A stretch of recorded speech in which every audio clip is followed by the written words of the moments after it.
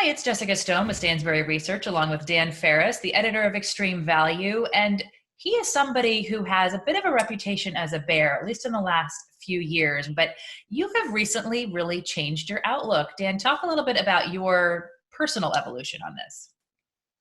Well, I started getting bearish, consistently bearish in May of 2017.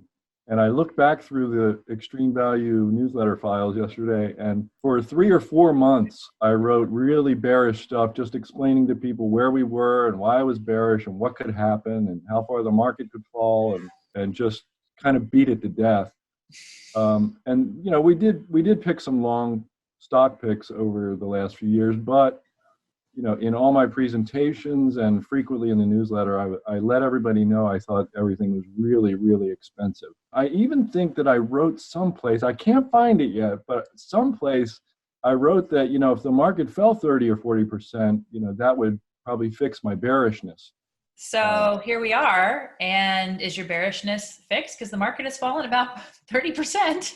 Yeah, so my view on this was real clear. I think there are two times when you should think about the overall stock market: when it's extremely expensive, when it's extremely cheap. And it started getting extremely expensive with the S&P 500 over 2 times sales in 2017. And it stayed there. And it got up to like 2.4 times sales just before it started falling this year. It fell to something like 1.8, then 1.6 at the bottom on March 23rd.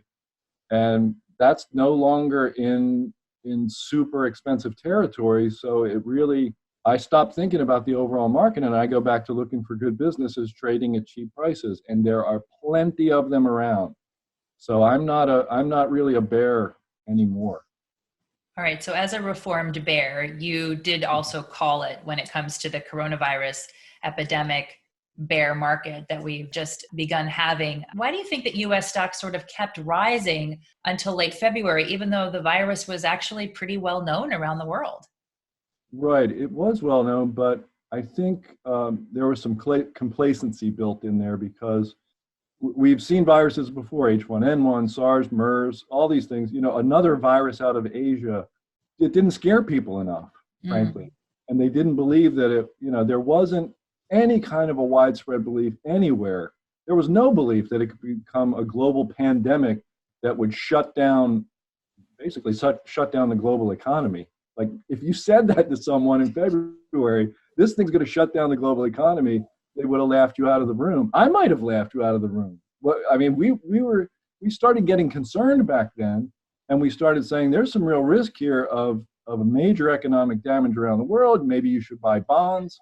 But when it actually happened, it even kind of took my breath away a little bit. It was so fast. Yeah, it was something I don't think any of us have seen. So now that the market has fallen, are there any good bargains to be found? And where would you go first? Oh, tons. Where I would go first are businesses that I think, believe it or not, will do just fine, even as we all stay locked up in our homes. I don't want to be too specific because Extreme Value readers pay me a lot of money, but there are certain beverage companies that I like, and I'll leave it at that. And one of those is real cheap. That'll be our first new sort of post-bear market, post-corona kind of, or mid-corona. We're really still in the thick of it. Recommendation, and that'll come out. Actually, we're going to send that out to Extreme Value readers today because the market is recovering so blazing fast. We don't want it to get away from us. Yeah. And then when the newsletter comes out next week, we'll give them all the details. All right. And I don't know if you were trying to drop a hint there because you said Corona a few times, but there's been a lot of, no. Okay. Just wondering. But some other picks, not necessarily picks, but sectors to look at, I'm sure, are these, the technology, we've talked about that, household goods, and companies that have strong balance sheets. And any other last minute tips before we let you go? I still like gold. It's a weird play right now because there is, refineries are shut down and the transportation situation is funky. And there's a big difference between the futures price and the spot gold price. But I think eventually that all gets worked out. And with all of the fiscal and monetary stimulus that is being pumped into every major economy in the world, and a lot of minor ones too, I think gold catches a bid, and And I would not be the least bit surprised to see gold make new highs in 2020. And for certain gold stocks that we've recommended in extreme value to ride that tide. All right. Well, we're looking forward to ride up because the ride down was very, very sudden. Thanks so much, Dan Ferris from Extreme Value for joining us. And if you would like to see more content just like this, please subscribe to our YouTube channel or follow us on Facebook, Instagram, or Twitter. That's all for now. Thanks for joining us.